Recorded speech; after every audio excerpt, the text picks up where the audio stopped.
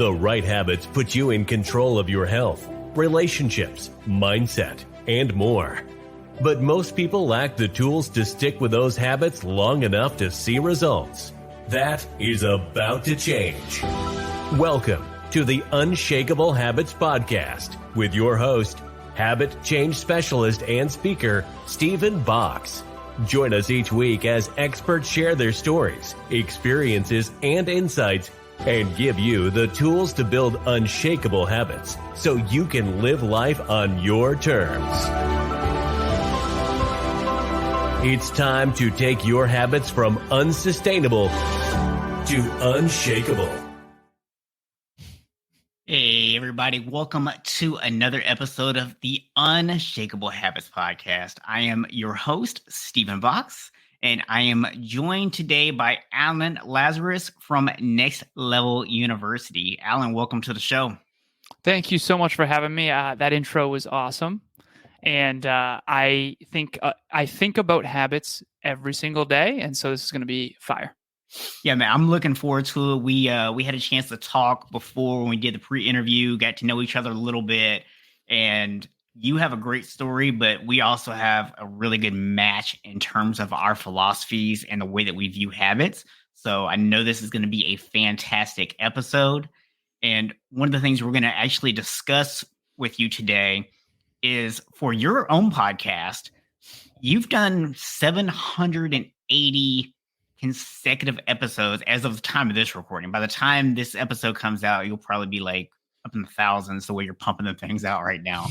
But you've not missed a single episode. So we're going to talk today a little bit about how you got to that point of consistency.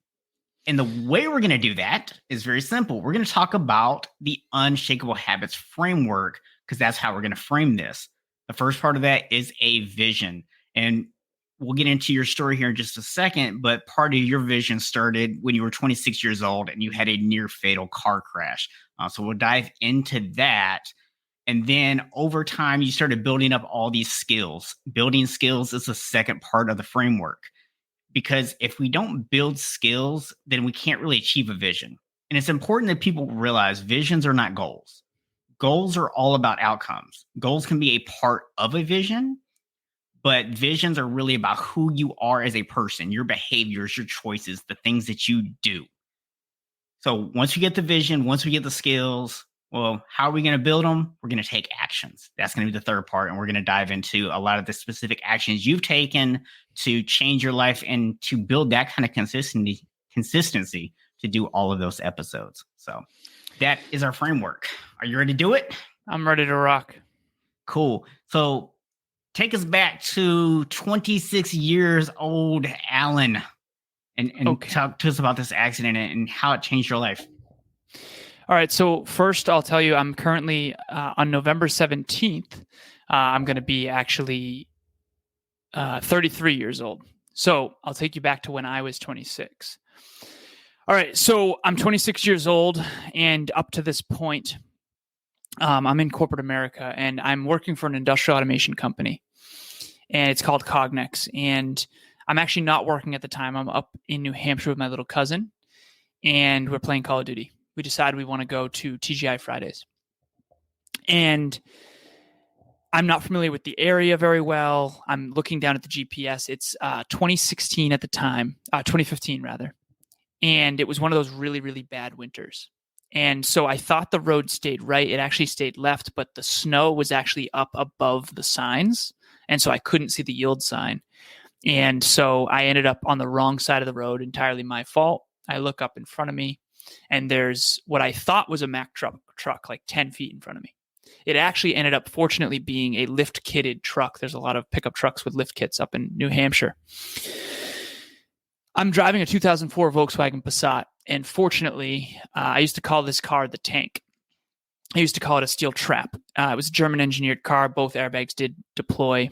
My cousin was okay, and I was okay physically, but mentally, emotionally, and spiritually, I was very, very shaken because I had that life or death moment where the lights are 10 feet in front of me, and I actually thought to myself, like, this is the end. This is it. There was no part of me that thought I would survive it because, again, I thought it was a Mack truck. And I also didn't anticipate in that moment that the steel trap, the Volkswagen Passat, would be so safe. So physically, my little cousin hurt his knee on the airbag. I hurt my face on the airbag. Both airbags did deploy. We're okay. But mentally, emotionally, and spiritually, I am nothing short of rattled. The part of my story I haven't told anyone listening right now yet is that when I was 2 years old, my father was 28 years old, and my father died in a car accident when he was 28 years old. And normally when I give my speeches and I tell this story, I usually show, my car, because my car was looking very similar. I've seen pictures of my dad's car, and they look very similar. And so I'm 26 at the time, remembering, and I grew up my entire life hearing about John, hearing about my dad. And so for me, it wasn't like, oh, that could have been it. Like intellectually, it was like, oh my God, that could have been it. Because I grew up my whole life hearing stories about John. My dad didn't have a second chance, but I did. So I'm sitting in an armchair, drinking whiskey, contemplating my life and questioning absolutely everything. Am I proud of the man I became? Questioning, I had so much regret. Remorse, guilt, shame, regret. I wasn't a bad person. I wasn't a bad guy. But I wasn't really living a life on my own terms. And from a very young age, when I was 7 years old, my mom gave me the best lesson I've ever got. And it's, Alan, aim high and you'll have choices. And she basically told me that if you aim high, she said, Alan, you can be a CEO or you can be a farmer. She always had a way of explaining to me as a kid, Alan, you can be a CEO or you can be a farmer. But if you aim high and decide to be a CEO, you can wake up one day and just decide to be a farmer, but it doesn't necessarily work the other way around. So make sure you aim high and you'll have choices. And so I did. I was an achiever. The achiever in me was born. Lots of self-belief, lots of achievement, straight A's in high school, President's Award, went to one of the top tech schools in the planet. It's like a mini MIT. It's called Worcester Polytechnic Institute. Got my computer engineering degree, also got my MBA. And there I am in corporate America as this really, really successful multi-six-figure job. Corporate, all that. Beautiful girlfriend, tons of friends, corporate friends, college friends, high school friends. And I thought that I had it made.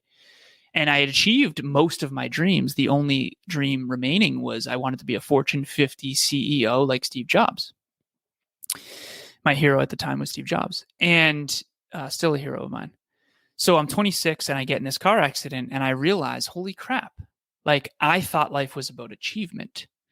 And what I didn't realize is that life is actually about living in alignment with your highest self based on your core aspirations, core values, and core beliefs. And so I live by this saying now: you can't see the stars during the day. They're always there, but sometimes it takes the darkness to see clearly that which you simply could not within the light. So if you're out there listening right now, you have adversity in your future. It's a guarantee. Health challenges, financial challenges, family challenges, you name it. Adversity is in your future. That's a guarantee for me and for you. What's not guaranteed is when you're in mental, emotional, spiritual, or physical pain, anguish, suffering. What are you going to do? What are you going to decide? What are the choices you're going to make when you're there? So I saw two stars when it was dark. I saw two stars I'd never seen before. The first one is Tony Robbins TED Talk. Regardless of what you think of Tony, his TED Talk is unbelievable. Best TED Talk of all time, in my opinion. Second, and more importantly, a woman by the name of Bronnie Ware. She's an Australian woman. I've since interviewed her on the podcast. This was 4 years later. She wrote a book called The Top 5 Regrets of the Dying. And so for those of you out there listening to this and into personal development, you've heard start with the end in mind. To me, there's nothing more important than learning from the terminally ill. She worked in hospice. She worked with the terminally ill for 8 years. And she noticed over and over and over again the same regrets. I wish. She was there to listen and hear them reflect on their lives.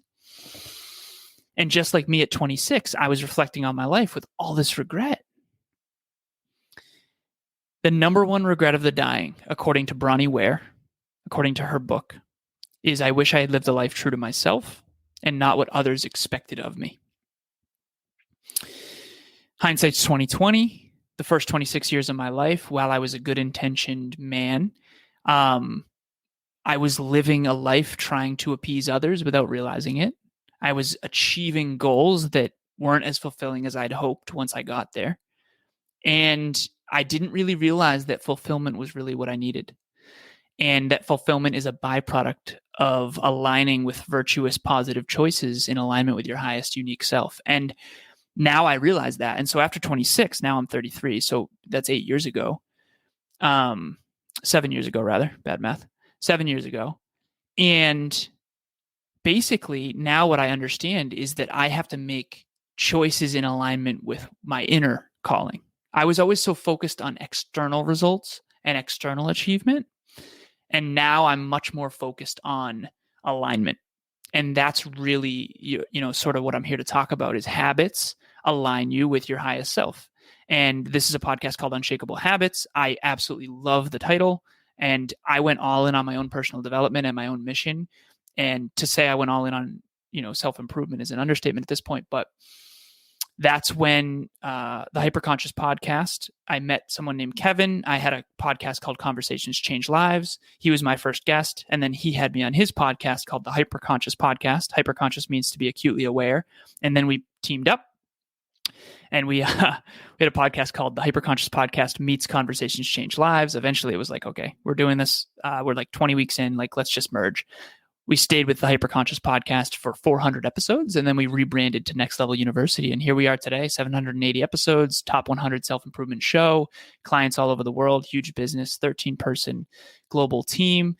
But that's not where we started. I started from ground zero, just like anyone else. And after 26, I made massive positive change. And here I am today, luckily talking to all of you about that. So couple of things that you talked about in there, man, that I really liked. So first of all, let's go back and maybe just normalize a little bit for anybody listening, right? If you're in your mid-20s, a lot of this may have sounded familiar to you, even if you had not had the experience of being in a near fatal car crash, because I think that's kind of the age where a lot of us do start to question where we're going in our life, right? It's like, okay, I've gone to school, maybe I've gotten a degree. Do I really want to use it? Do I want to be in that field? Like, where am I going with my life, right? It's kind of that point where you start to ask those questions anyways. You had on top of that, this extra thing with not just having the car crash, but, having your father die at a very similar age from the exact same thing. And so I can only imagine how hard that must have been to kind of hit that wall. Can you share maybe a little bit there in terms of, because you covered a little bit about like how you started looking to better yourself and kind of questioning about life or whatever, but I'm sure, and correct me if I'm wrong here, but I'm just kind of making a little bit of an assumption that you didn't like literally wake up the next morning and go on this seek for wisdom, right? Like, so what did that process look like? How did you, like, was there kind of a funk you were in? And if so, how did you pull yourself out of that funk and start looking for improvement? Great question. And the truth of the matter is yeah, it's so interesting because I can intellectually say it 7 years later, like, I got on track, but for a long time, it was an absolute struggle. Yeah. Part of the story that I haven't talked about yet that I'll bring up now is I used to drink a lot. So in the tail end of high school, my house hosted so my older sister was 3 years older than me. And she basically introduced me to drinking when I was 14 years old because she hung out with older kids. So 21-year-old plus kids, I think she was 18 or so at the time. And so I was like introduced to the whole party scene very, very young. I remember I had a shot of wild turkey when I was 14 years old. And that was sort of the first time I had started drinking. But after that, drinking was a pretty consistent theme in my life.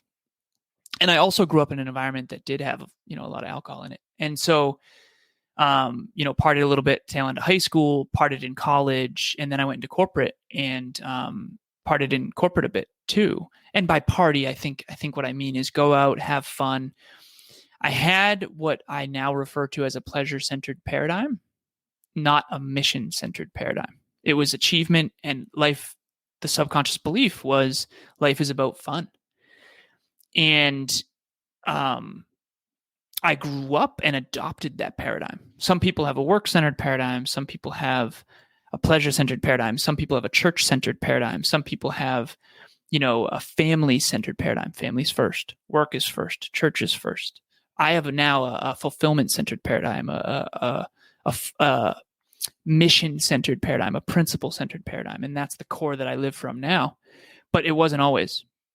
The core that I live from now is how do I maximize my own unique potential and help others do the same. But I didn't, after that car accident, I didn't know all that, to your point. What I did know, however, is that the pleasure-centered paradigm was not the answer.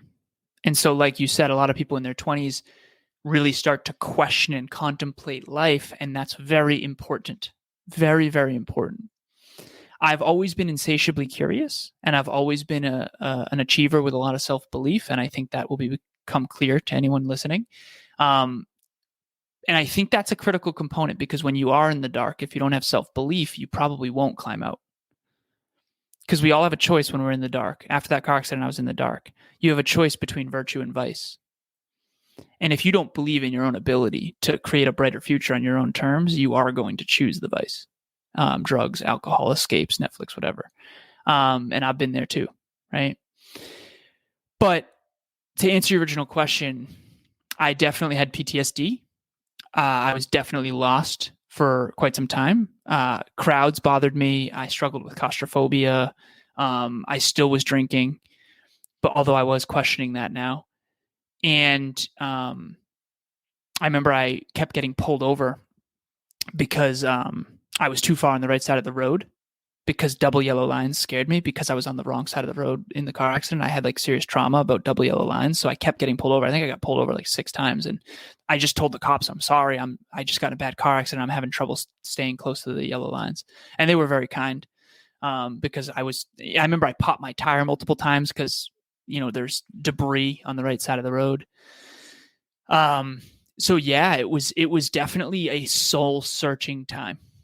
And that's when I found personal development, though. And what a coincidence. It's not a coincidence.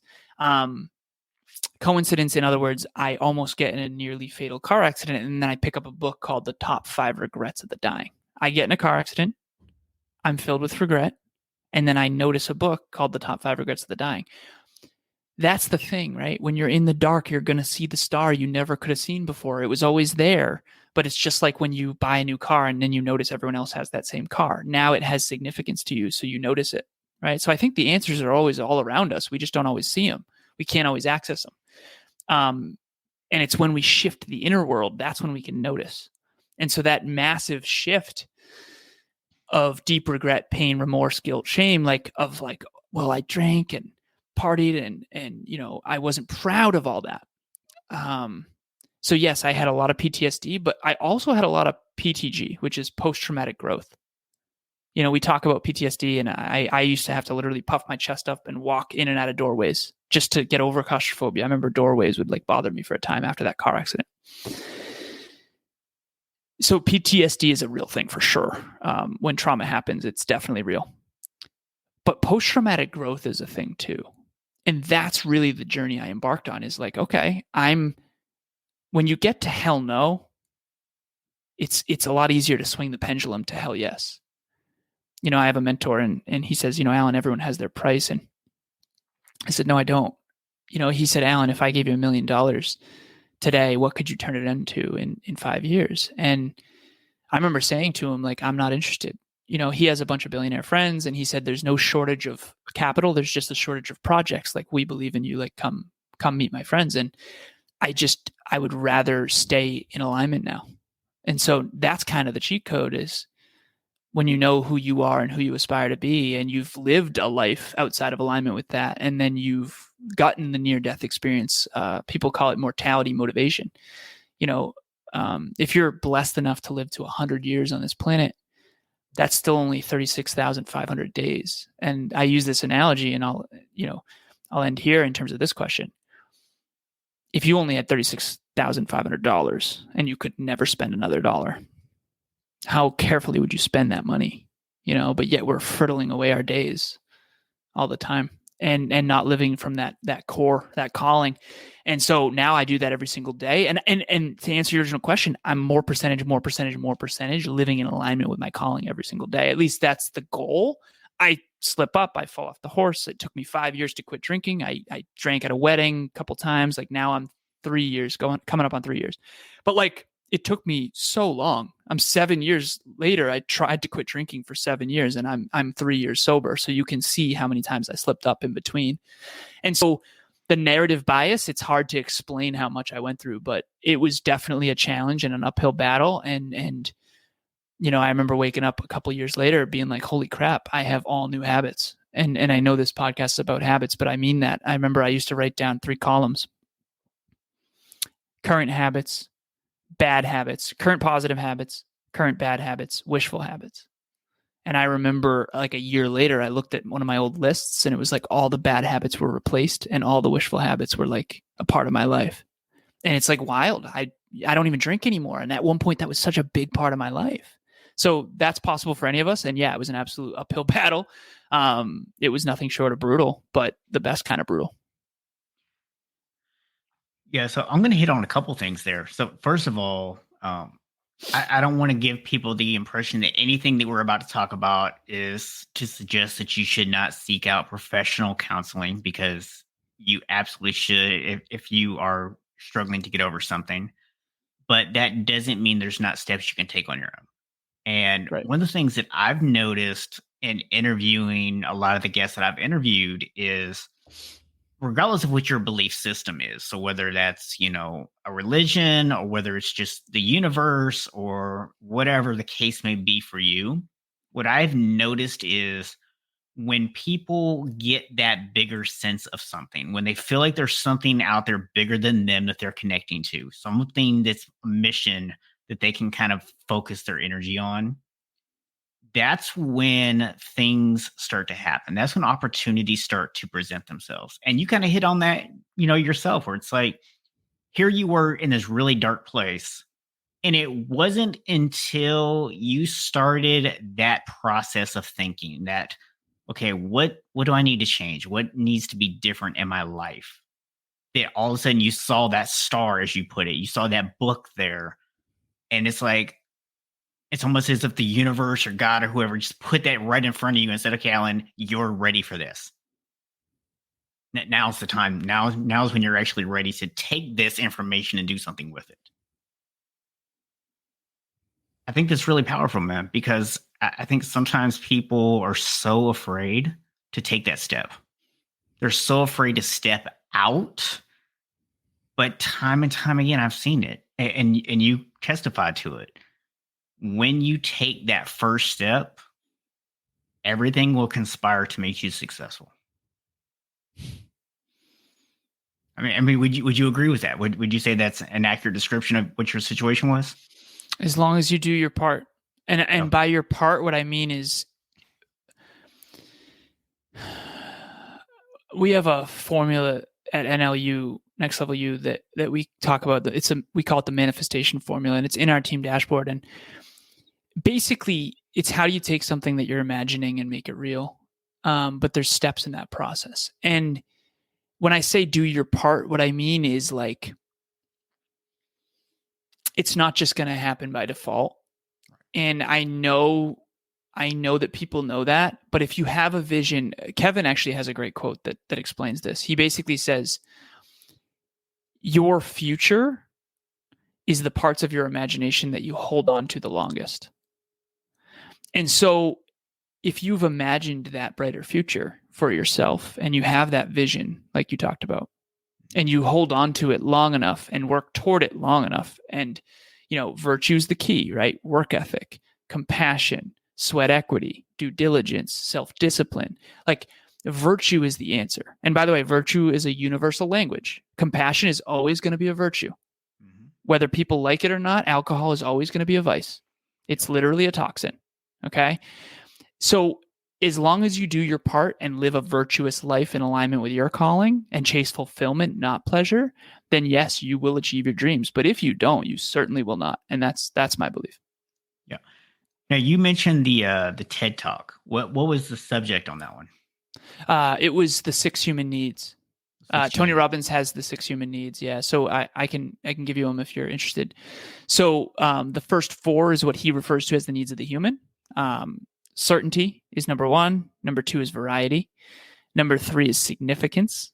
Most men are chasing significance. Most masculine energies, I should say. I don't want to do men or women, but masculine energies tend to want significance, especially at young ages. And then love and connection is the 4th need. Most feminine energies are craving love at the deepest level. And we all have both masculine and feminine within us. And then the last 2 are the ones that I think people miss. And he agrees, growth and contribution. Yeah. And so I'm writing a book right now called Optimizing for Fulfillment. And fulfillment's a formula. It's unique to each of us, but it's a formula. Mm-hmm. And it's based on fulfillment is a byproduct of virtuous choices in alignment with your highest growth and contribution. And if you can understand it, it's a pyramid. So there's 5 levels to the pyramid. It's kind of like my 21st century version of like Maslow's hierarchy of needs, but a far more evolved, I think a more practical, better version. And of course I'm biased. I think that, but whatever. It starts with like sleep. Like what did you say? I said no bias at all, right? No bias at all, right? Exactly. It's my pyramid. So whatever. Pyramid of fulfillment. So I was on the phone with a client and she was talking about all these challenges she was having with family and, her health and all this stuff. And we go through the pyramid and it's a diagnostic. And I ask from 0 to 10 on each of these categories, right? There's level 1 through 5. And, the bottom is physical needs. Then the next is like, mind. It's mostly body, then mind, then emotional. Then the 3rd level is like mostly emotional needs. And then the 4th level is growth, maximizing your potential. And then the 5th level is basically your own unique contribution to your mission, calling, whatever you want to label it. And the thing about the pyramid is that you can't get to level 2 until you have a rock solid level 1. And the higher the pyramid, the true north. I have this true north around my neck. For those on video, it's like a North Star, and it's my guide. And again, it represents the like you can't see the stars during the day type of thing, but they're always there. But sometimes it takes the darkness, emotional pain to see what you couldn't. And so, the higher the pyramid goes, the stronger the foundation needs to be. A lot of times what happens is people let that foundation erode, and I was talking to this client and she gave me a 3 out of 10 for sleep. And I was like, well, how much sleep are you getting? And she's like, oh, like probably like 3-4 hours, maybe. Like, I'm like, really? Like REM sleep? Like she's like, yeah, I'm interrupted all night. Like I said, with all due respect, like until you fix that, none of that other stuff is going to go away. It's always going to feel like the sky is falling if you're getting 3 hours of sleep. Right. That's just neuroscience. That's just biology. Right. And so the diagnostic and the pyramid fulfillment is a formula. I remember when I was a kid, I was like 20 and, my mom asked me, she's like, why do you care so much about intelligence? Like, why is that so important to you? I said, I don't know. I feel like it's important. I said, Mom, I'm trying to figure out the formula to not end up old and miserable like everybody else. And I know that sounds hardcore. That was my ego 20-year-old version of it. But basically, I looked around, man, and I got scared. I looked around. People were telling me, like, Alan, these are the best years of your life in high school. And I remember thinking to myself, like, I hope not. Right. Like, my high school was not, it was brutal, right? Yeah, and I can relate. Yeah, I'm 33. It's only gotten better. Yeah, but that's because I've gotten better. And so I looked around and I saw a lot of unhappy marriages. I'm just going to be honest. Small town, small-minded town, okay? In Massachusetts, called Uxbridge. And I saw a lot of unhappy people. I saw a lot of unfulfilled marriages. I saw a lot of unfulfilled people. Lots of alcohol, lots of, whatever. And not a lot of dreams and goals. And the truth of the matter is I knew it.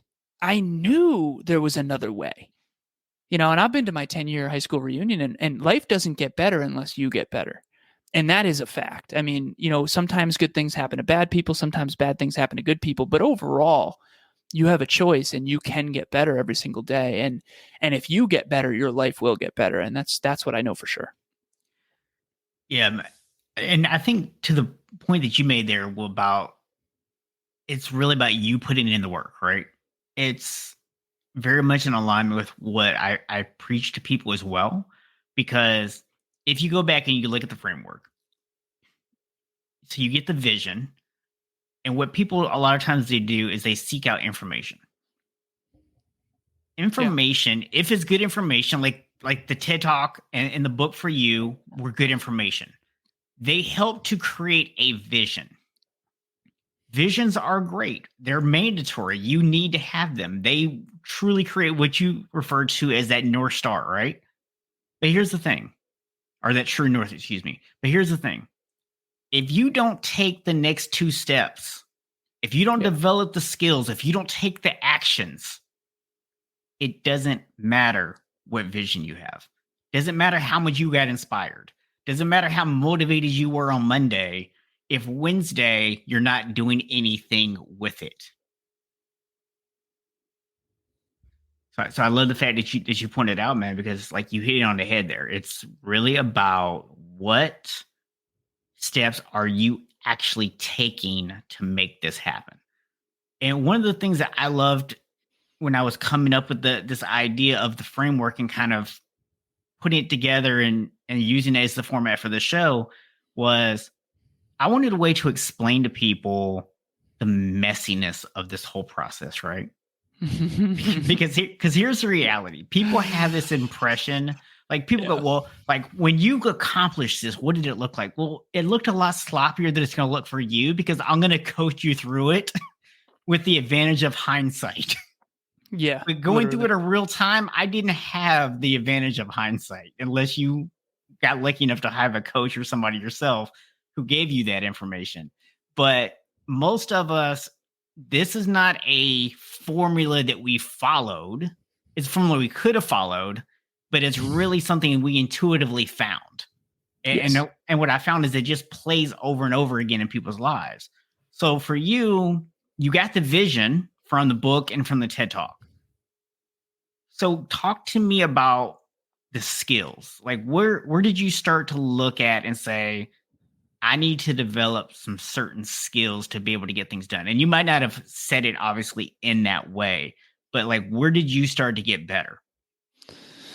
You know, I'm really grateful that you talk about skills because I think that's really overlooked. I remember one time I was talking to Kevin and I said, Kev, you know, this is not fluffy, feel good you. This is next level you. Okay. And, you know, on our podcast, we pride ourselves on being heart driven, but no BS. And so I'm grateful you're like that too. And this is awesome.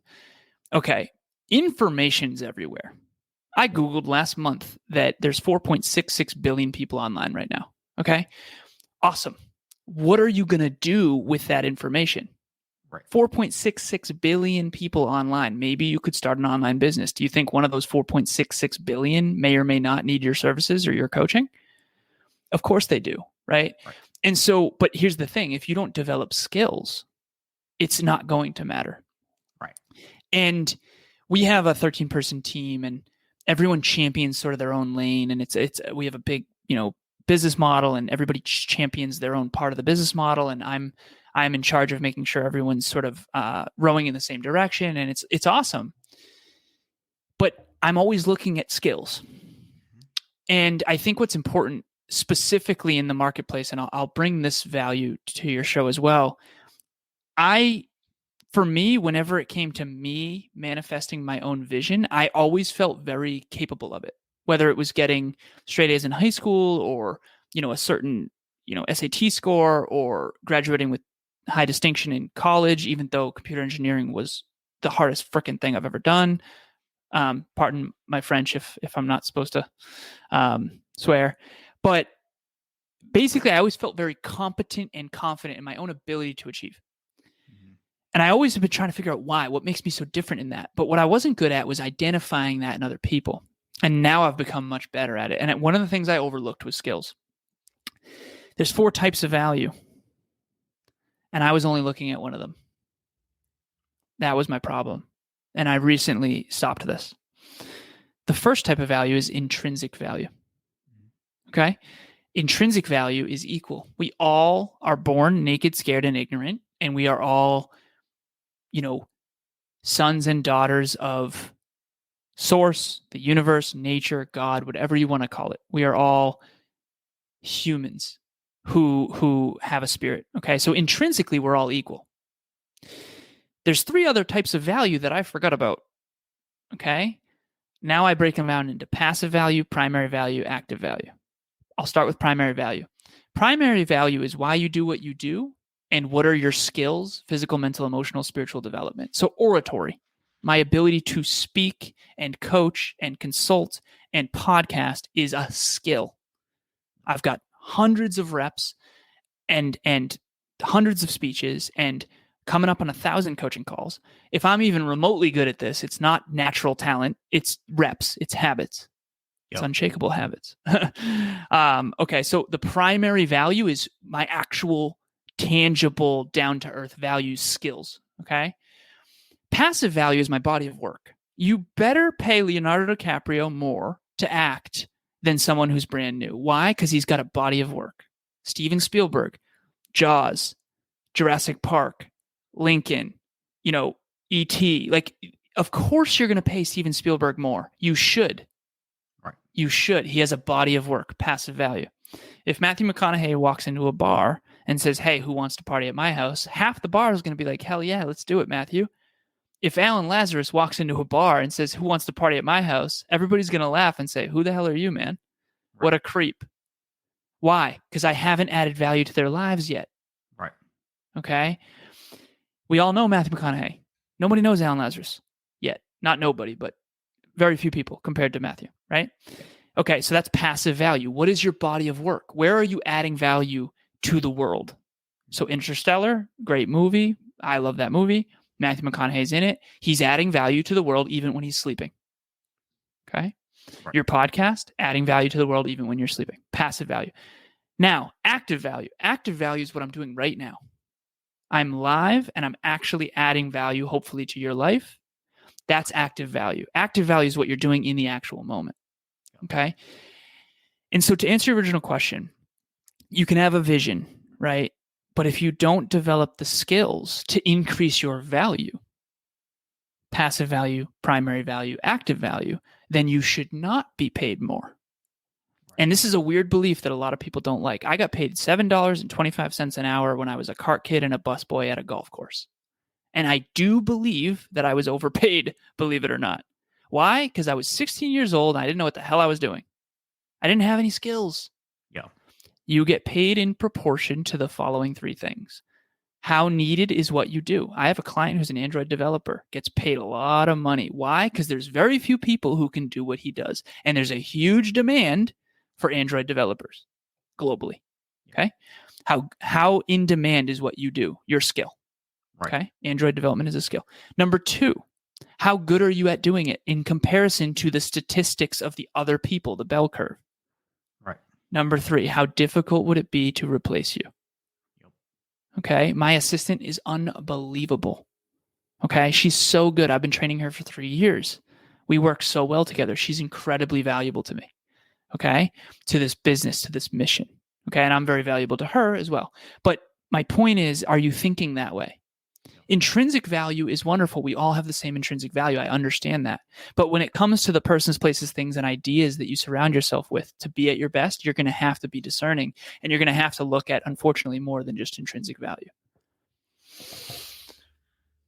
So something that you kind of pointed out there that I really like too is you didn't give people specific list of skills, right? You didn't say like, here's skill A, here's skill B, here's skill C, right? And that's what a lot of times we want people to do.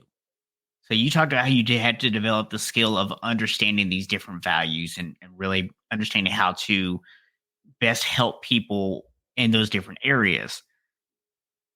You mentioned the intrinsic value.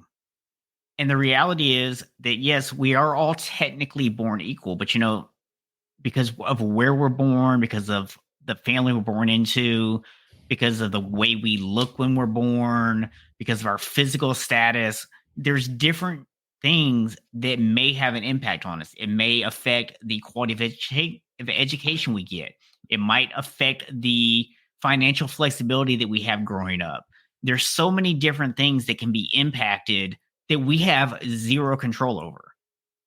But the key, and I'm sure you'll agree with this, but please let me know if you do not agree, is that all of us have the ability to develop skills and bring ourselves up to that point. The difference is one person may just have to go a little further on the climb than somebody else.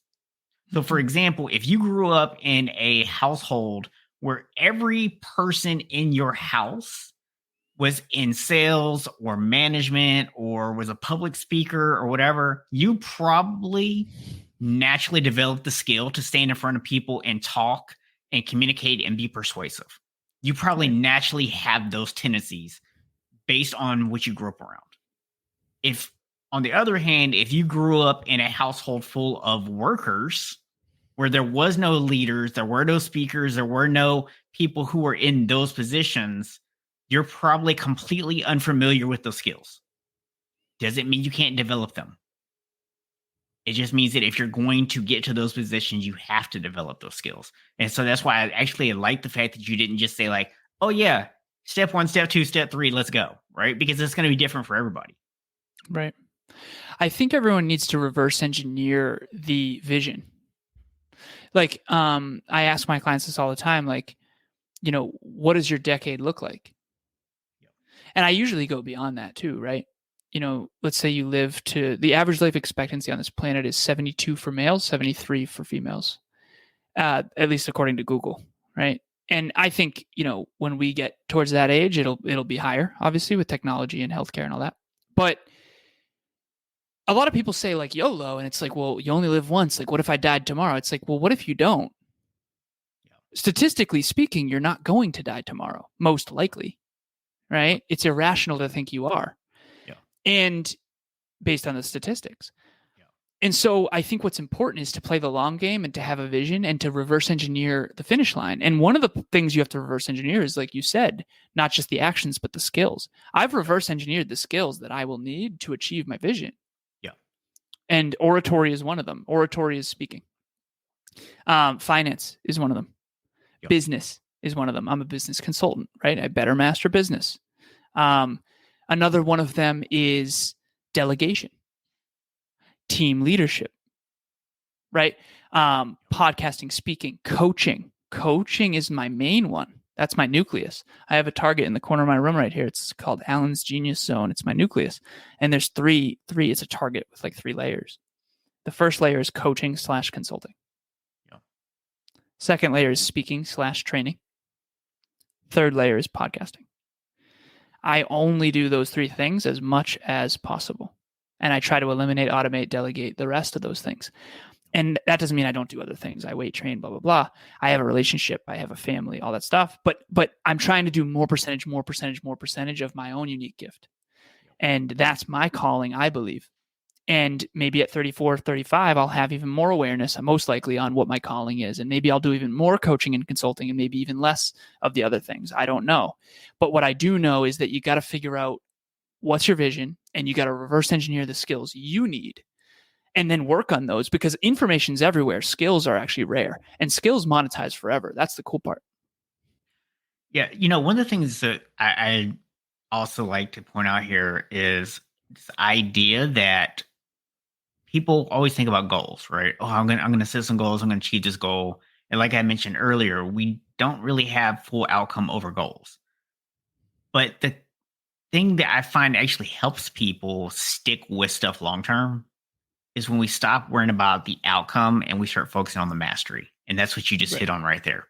It's really about mastering something. Because you know what? When you're 25, 30 years old, you're not sure what you want to do with your life. You didn't maybe have the advantage that Alan got of getting that realization in his mid-20s. Maybe it's taking you a little longer to come around. That's okay. It took me to my mid-30s to get things start to figure out. So, and I'm 43 now, and I just in the last 2 years feel like I really figured out the absolute direction I want to go. And that's perfectly okay. Yeah. The thing that I want people to hear and realize is that all of this stuff, when we start talking about mastery and developing these skills and realizing your special, talent and everything else, it doesn't come from just saying, oh, this is my thing. It comes from a lot of introspective. It comes from doing a lot of things and finding out that it's not the right thing for you. Right. It comes from an exploration. I believe that life is a dance between exploration and refocus. Yeah. We don't show up in the world and go, I know exactly who I am. No, you go explore and you're like, oh, hot stove. Cold stove. Right. And you try to figure out what's your center. What's your calling? And I think we all have to hit some guardrails along the way, and sort of pinball our way up to our calling. But a lot of times it's like, oh, I know who I am not, right? It's like, for me, I tried the alcohol thing. I eventually was like, nope, not for me. So you just got to figure out that for you. And I agree. It's not an overnight thing. It's an infinite game. I'm more aware at 33 than I was at 32. I'll be more aware at 35 than I am at 33. The key is, are you getting better every day? Are you, if you don't know your calling, the only wrong answer is to stop searching. Yeah. And to your point there, it changes, right? Evolves. Your priorities are different when you're single. They change when you meet your spouse. If you add kids onto that, that's a whole nother level of engagement. And there's not even a universal thing there, because for some people, they have kids. It's like, hey, my kids, my family are my most important thing. Nothing else is more important than that. Other people are like, hey, you know what? I believe in hard work. I believe in my business and providing for my family. And I want to set the example for my kids that hard work is how you get places, right? So even within the context of, you take two people who are similar situations, they might have completely different ways that they're viewing it and different priorities. 100%. That's why we call them unique abilities, right?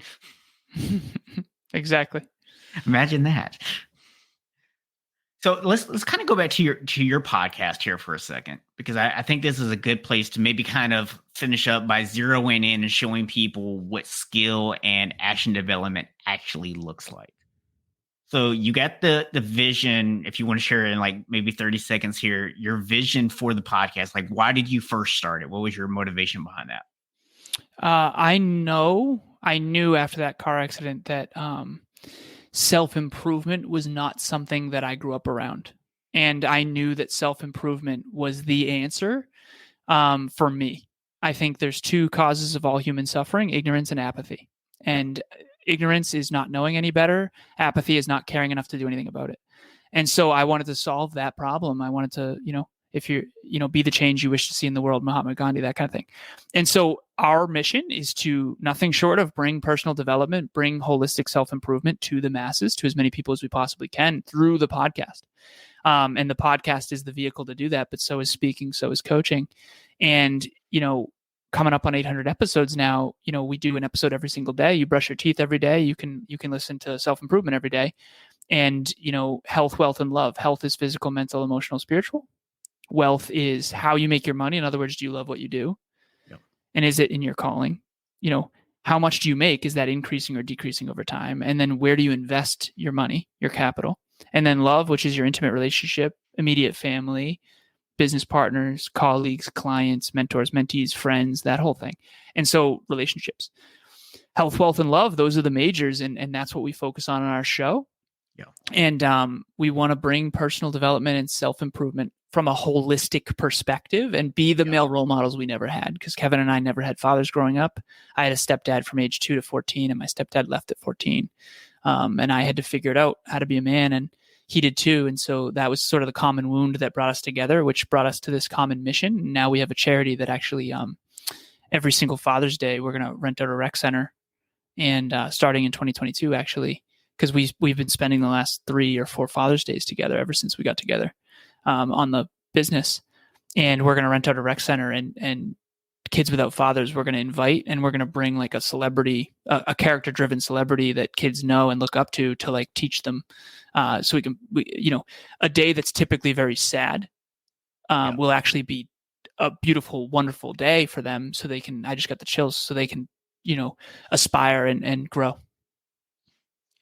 No, that's awesome, man. My father actually passed away when I was like 11 years old, so I can definitely relate to what you're saying there, and just knowing how tough that is to grow up without that influence. So I think that what you're doing there is fantastic. Kind of going back to the podcast, obviously that's like the very polished, like 800 episode later, explanation of what it's about. I'm sure when you started, it was just like, I had this epiphany and I want other people to know about it. Podcast, that sounds like a great idea, right? Yeah. You want me to go into that? Go ahead. Yeah. Well, so what I was going to ask is, so when you first started with the podcast, just like 5 or 10 quick skills that you had to personally develop that you didn't already have. The first one's vulnerability, which I still work on. Vulnerability, the ability to, I remember I never used to talk about my father. I never used to talk about my stepdad. I never used to talk about my alcohol problem, right? So vulnerability, the ability to be truthful with yourself and others, to open yourself up to the idea that you're not perfect and be okay with that. That's huge. I think a lot of us, and I struggle with this too, is like there's this cognitive dissonance between what we wish we were and what we actually are. And until we hit that, what we actually are, that humility, that humble place of rock bottom, so to speak, can we really build from the truth? So that truth will definitely set you free. So vulnerability is number one. Number two is interview skills. It's a whole thing to interview people. Speaking skills is next. So speaking, there's tonality, there's word choice, there's inflection, there's volume, there's pauses. I notice you have really good pauses. As a matter of fact, so good that I actually interrupt you unintentionally a couple times. Sorry about that. That's okay. But pauses are powerful. You can always tell an amateur when they're just like rambling, right? And I'm still working on this stuff all the time. I had to stop saying We had an jar. I had to put dollars in an jar. I've stuttered a few times on this too. So speaking is another one. Also, I just said for the podcast, I also had to develop unreasonable consistency. Yeah. And the skill of long-term consistency, which is a skill, and it's in my opinion, the most important thing. And I'll borrow a quote from a friend of mine. His name's Stephen Kotler, friend of mine. We're not like buddies. We interviewed him once. He wrote a book called The Art of Impossible, and we interviewed him about his book. But yeah, so he said this in his book, and I love it. He said, very little is actually impossible given a decade. But I like to flip things. I'm like a math guy. I like to invert things. Very little is actually possible if you can't be consistent. Yeah. So very little is impossible if you can be consistent for the long run. Yeah. But almost nothing is even possible if you can't be consistent. And there's no more important lesson than that, because it's the hardest thing in the world. Humans are naturally inconsistent. We love variety, and there's 1,000 different games on my phone I could be playing right now. Right. So the skill of consistency is, I think, the most important skill you can develop. Yeah. So let's kind of actually dive in with that one for a second. So this is, to me, a very interesting one, because when I look at consistency and thinking of it in terms of it being a skill, the way I like to explain it to my clients is you're going to start off really bad. Like you're going to suck. Terrible. When you are at that stage, take the smallest possible action that you can. Want to work out, but you hate working out? Start putting your shoes in front of you. Okay. You're not working out yet. You're not going to get results from putting your shoes in front of you every day, but it starts to develop that mindset, right? If you want to do a podcast every day, start by actually just interviewing somebody. Like when you started your podcast, you started it once a week, and then twice a week, and then 3 times a week, and then 4 times a week, and then 5 times a week. And that didn't just happen over the course of a month. That happened over a very long period of time. So people need to understand you start small. As your consistency starts to build, as you start to develop that practice. And again, it goes back to need to be in alignment with who you are as a person. Your values, your priority, your beliefs need to be in alignment. Because if you're doing it for the listens, if you're doing it for the likes, if you're doing it for the money, then you're going to be disappointed if those things aren't flowing in. But if you're doing it from a standpoint that it aligns with what you believe, the message you want to deliver to the world is getting delivered, super easy to stick with, because now the passion is there. Right. As long as you don't overburden yourself, right? And this is the point that I wanted to get to here was with you, I'm going to make an assumption that when you started, before you met your partner, you were probably doing everything on your own. Maybe if you were lucky and you had a little extra money, you were paying somebody to do some editing or something like that for you. But more than likely, you were like every other entrepreneur starting off, and you were doing everything. You were wearing every single hat.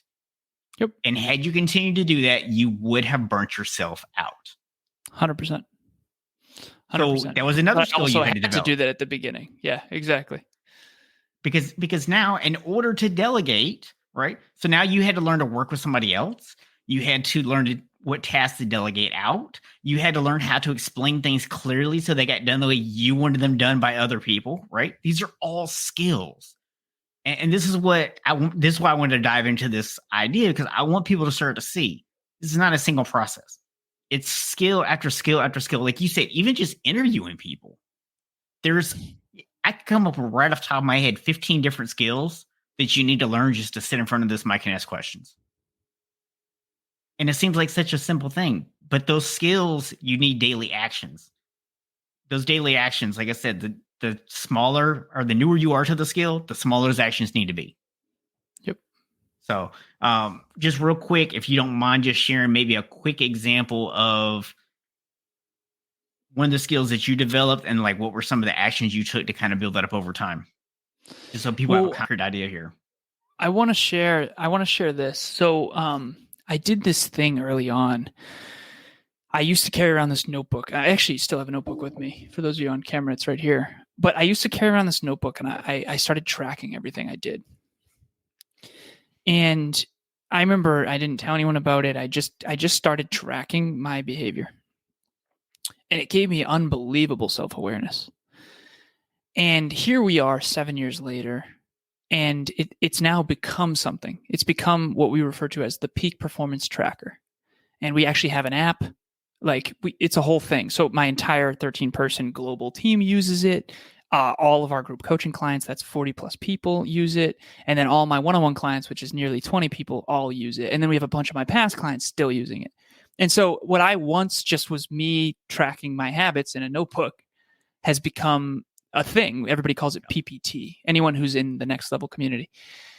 And so I actually sent someone brand new it today, their own spreadsheet. Now we have it in a Google Doc, and it's set up with what we call the daily dozen. And there's 4 habits for health, 4 habits for wealth, 4 habits for love. And there's one KPI, key performance indicator. That's like the one thing that matters most. So your rest of your life proliferates. And that's what my coaching is based around.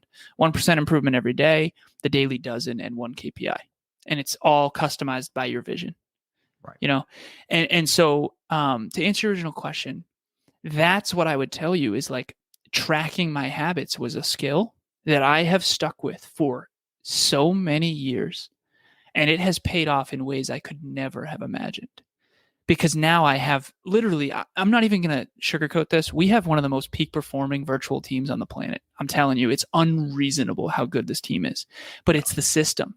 The system is so good. I used to think it was Amy and it was Kevin and it was me and it was, Crystal and it was Alessandro.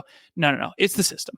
It's the system, and it's the leadership. And yes, it's the culture of excellence, but it's mostly the system. And you know how I know? Because we've deployed it with tons of other people and it works for everybody. So this daily dozen, I don't know why, it sounds cool and it's the sweet spot. Any more than a dozen, people start to fall off. Any less than a dozen, it's kind of like, why bother? That's what I've seen anyways, after years and years and years of doing this. And then 1 KPI, like what's for us, it's listens.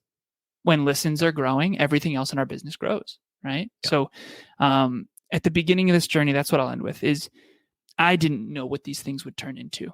I started out wanting to get better and focusing on my own personal development. And I had a vision and I worked toward it. And whether it was Conversations Change Lives or Alan Lazaros LLC, I used to have a slogan called "What You'll Never Learn in School But Desperately Need to Know." And I was trying to get speeches at schools. Huge no-no, because it's like, why would we have you come and speak against the education system? So that was a whole thing, right? But it just evolved and evolved and evolved. But the through line was work ethic, self-discipline, 1% improvement every day, consistency over everything, character over everything, and just going all in on that. And here we are, it's wild what can happen. It's nothing short of wild what can happen, because at one point I was, doing a little tracker in my notebook outside my alma mater, as a fitness coach. I didn't even think about business consulting. It's like, it's wild what can happen. Business consulting was a dream of mine back when Steve Jobs was my hero, but I went all in on fitness for a time.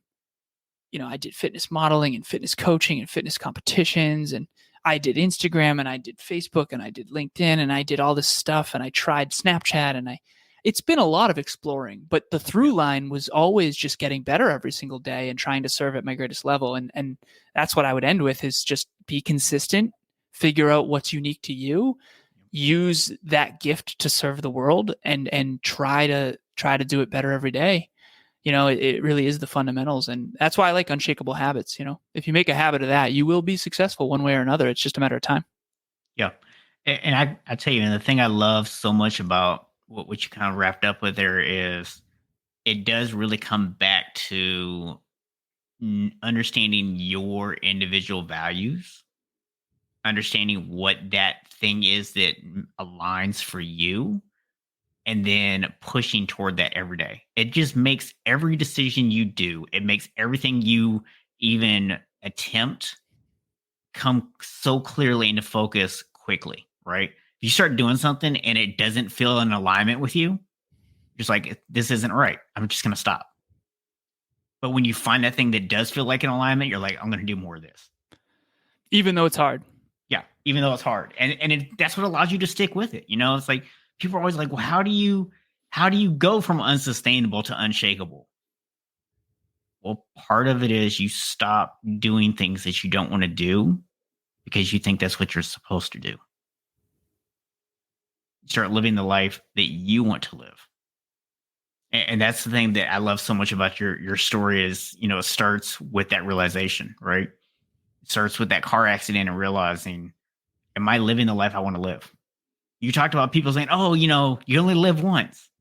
Okay, cool. You only live once. Let's say that you do die tomorrow. Are you happy with the legacy that you're leaving behind? Right. Would you be proud of what people would say about you?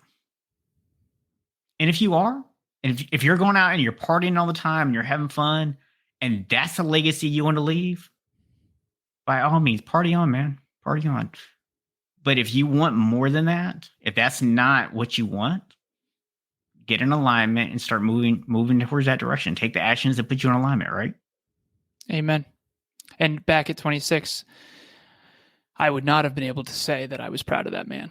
But now, for certain, I am very proud of the man. And that's the thing. It doesn't even matter if I'll end on this. I asked my sister one time. She was 6 when my father died, and I asked her, I said, do you think Dad is proud of us? And she said, I know he is of you. And in one note, that was really sweet of her. But in the other note, it was also very sad, because it's like, well, why not of you? And that's a whole nother thing. But yeah, I know that he's proud of me. Why? Because he would just want me to be proud of myself. And not like the ego pride, not like the I'm pretending I'm awesome when in reality I'm letting myself down every day in the absence of sincere effort. Yeah. I mean the actual pride of like the I feel self-esteem. We'll call it self-esteem rather than pride. Self-esteem of like, yeah, hell yeah. Like my girlfriend asked me, what are you most proud of? My ability to put in massive conscious effort to help other people. I unlock people's potential, man. I do, and I do it great. And whatever, I love it. It's like, God forbid I say it, right? So if you're out there listening, like, figure out what that is for you. What fulfills you, and what's your unique gift that you can serve the world with. And if you can live more percentage in alignment with that, you're gonna be unshakable. Love it, man. I will tell you, man, I usually like to keep these pretty conversational, but I think I may have done even a little bit more talking today than normal, just because you got me so fired up, man. Just because you got me so fired up. Hell yeah, brother. I appreciate it. I'm going to the gym after this for sure. Just so you know. Like, seriously, I can't wait. I'm going to get a good lift in. I'm back day, pull day. Well, before you head off to the gym, man, if someone wants to get a hold of you, they want to check out the podcast, they want to get coached, how do they reach you? Nextleveluniverse.com. And I said universe, not university. So Next Level University is the podcast, and you can find Next Level University spelled just like it sounds on any podcast platform, including YouTube, or nextleveluniverse.com. If you want to reach out to me personally, between my assistant and I, we get back to literally everyone. Just say, hey, I heard you on Unshakable Habits. I'd love to connect. Awesome. Instagram, Facebook, LinkedIn, Alan Lazaros, ALAN, last name Lazarus, LAZAROS. And if you Google that, all my Instagram, Facebook, and LinkedIn will all come up. I look forward to hearing from you. If you enjoyed what I had to say, I'd love to connect. So awesome, man. Love it. Definitely appreciate you coming today, being willing to share, first of all, your story, opening up, especially, sharing some details that you haven't shared in the past. Always appreciate when people give exclusive content here on the podcast. But also, I appreciate the fact that you're willing to open up about your process, showing people kind of the messy middle of getting to the point that you are now, and giving them somewhat of that roadmap of how they can go from wherever they're at right now to where they want to be in their life. So definitely appreciate you bringing that wisdom and those insights today, man. I appreciate this. This was one of my favorite interviews of all time, genuinely. I hope that means something to you, because I've done several of these. And yeah, the polished product is what people see now, but it was not always that way. So just keep grinding. Absolutely. Well, again, man, thank you for coming today. And if you are listening, if you have not already, make sure you hit the subscribe button if you're watching us over on YouTube, or the subscribe button on your favorite podcast app. And until next time, I just want to remind you that none of us are meant to be average. So go out and be unshakable. Thanks for listening to the Unshakable Habits Podcast. If you enjoyed this episode and you'd like to help support the podcast, please share it with others, post about it on social media, or leave a rating and review. To catch all the latest, please subscribe at unshakablehabits.com/YouTube or on your favorite podcast app. You can learn more about Unshakable Habits at unshakablehabits.com. Until next week, be unshakable, my friends.